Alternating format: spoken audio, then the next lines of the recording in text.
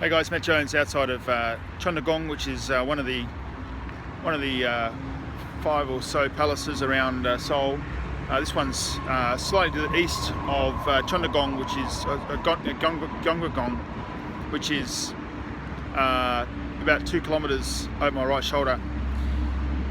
But it's been rebuilt after it was destroyed twice and then sort of neglected toward the end of the last millennium, and it's probably been restored to its current form in the last 20 or 30 years, true to its original design. And you can see that, you know, the approaches are pretty much as they were. So you enter through the right side and you leave through the other right side. It would have been quite an impressive structure. As you can imagine, at the front there would have been quite a bit of space to allow ceremonial activities to occur, and it's quite picturesque at night with these silhouettes of these trees you can see. Quite often, today's the 12th of March. It's what I'm calling the 71st day of 100 days to harvest. Just a very quick post tonight, just to talk about keeping perspective with Korea. And I'm saying that pretty much because of the way some of media reports have been presented about the recent impeachment of Park Geun-hye. Really, life in Korea goes on as normal.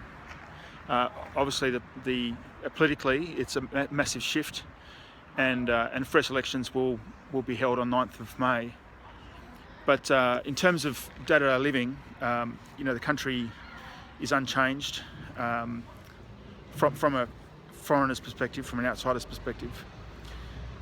It's certainly the conduct of all of the political activity since late October has not impeded on Korean society in any noticeable way, particularly not that foreigners would have seen. And it's not been conducted in a way that's been unruly. And while there was unfortunately an incident or two incidents on Friday, that was, I mean, considering over 5 months of activity, you know, that was an unfortunate end to what was otherwise a very peaceful and well managed political display of dissent. The reason I want to mention that is Korea goes far beyond just old palaces like this and the traditional costume of hanbok and experiencing the simple fare of traditional food like kimchi and samgyeopsal and bibimbap and things like that. I think with any friendship, one of the great things is they can grow. You can go a bit deeper. So what I'd encourage is to really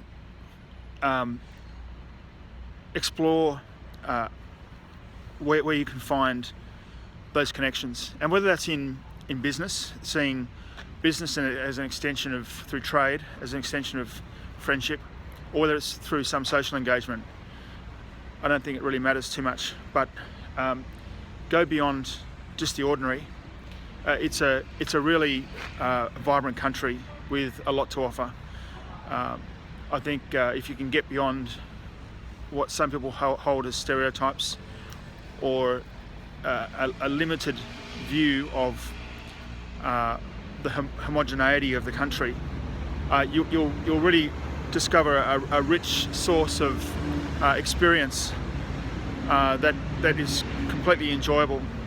You know, of course, there's like a lot of things with Australia. There's a lot of things that are also have their can be frustrating at times, and they're more sort of cultural, idiosyncratic things. So, for example, one of those things might be the culture of bali of things going very quickly, and so how that can manifest is in a bureaucratic sense. People might push for a quick resolution while not actually addressing the problem. But that's just part and parcel of getting to know the other country. And I guess that the great thing about, on a personal level, friendships is that you can then share those stories with other people and almost find the humour in them. So this is just, as we're getting close to the end of the 100 days, just an appeal even to look back at some of the comments I've made in the last 71 days and to keep some perspective about those too. I've been doing this while it's been on my mind. It's been unscripted. I haven't had a 100-day plan about how it would unfold, although I did have a sort of a general intention, but I let things unfold as they did, and that's probably a good thing because I've discovered so much about the nature of the friendship that I wouldn't have otherwise explored. So even some of my earlier comments might have been quite